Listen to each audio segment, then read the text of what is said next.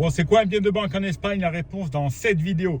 Pour ceux qui ne me connaissent pas, je m'appelle Rémi, je suis expatrié en Espagne et j'ai fait mon premier investissement immobilier en 2015. J'avais 20 ans, c'était un bien de banque. Et depuis 2018, je vous enseigne un petit peu comment on investit en Espagne, comment on fait de l'investissement. Et aujourd'hui, on fait des accompagnements, on a une agence immobilière et on va vous accompagner dans tous vos projets immobiliers en Espagne. Donc les biens de banque en Espagne, on dit bien de banque, mais souvent il y a deux choses. Soit c'est un bien de banque ou soit ça va être un bien de fonds d'investissement. Un bien de banque, souvent, c'est une personne qui ne peut pas payer son crédit. On va lui saisir le bien, donc il récupère l'actif. Ça peut être aussi un fonds d'investissement qui a racheté le crédit aux banques, qui a racheté les dossiers bancaires, etc. Parce que souvent, il y en a beaucoup qui ne savent pas, mais quand vous faites un crédit, par exemple, la KexaBank, la dernière fois, ils ont vendu X milliards de dossiers. Donc, ils vendent, entre guillemets, les dossiers de prêt à des fonds d'investissement pour que vous compreniez mieux. Et souvent, c'est ces fonds d'investissement-là, si jamais il y a un problème, ils vont vendre le bien.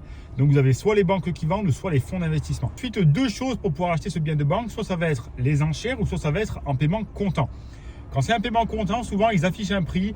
Souvent, on peut négocier 5% du prix. Si c'est un bien, par exemple, à 100 000 euros, souvent 5%, ça va correspondre à 5 000 euros. Les négociations sur les biens de banque, c'est très rare. Des fois, ça se peut, des fois, ça se peut pas. Donc, ça dépend vraiment de la banque. Vous ne pouvez pas dire juste un bien de banque parce que ça va être économique. Pas du tout. L'autre critère, ça va être de l'acheter aux enchères. Et les enchères ici en Espagne, ils appellent ça les purras.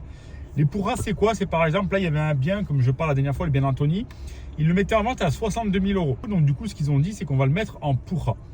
Ils l'ont mis en Purra à partir de 50 000 euros. C'est un participant à nous, Anthony, qui a remporté la Purra. Probablement parce qu'il n'était pas beaucoup sur la Purra et son offre, elle était inférieure à 62 000 euros. Donc vous voyez, parfois les banques, elles se font avoir, parfois elles gagnent de l'argent. En l'occurrence, là, c'était mieux d'aller aux enchères. Si vous voulez savoir comment ça fonctionne les enchères, les amis, commentez banque dans les commentaires et je ferai une prochaine vidéo pour vous expliquer comment ça fonctionne, les enchères, les biens de banque, les achats, etc. On se dit à très vite, n'oubliez pas de vous abonner. Hasta luego!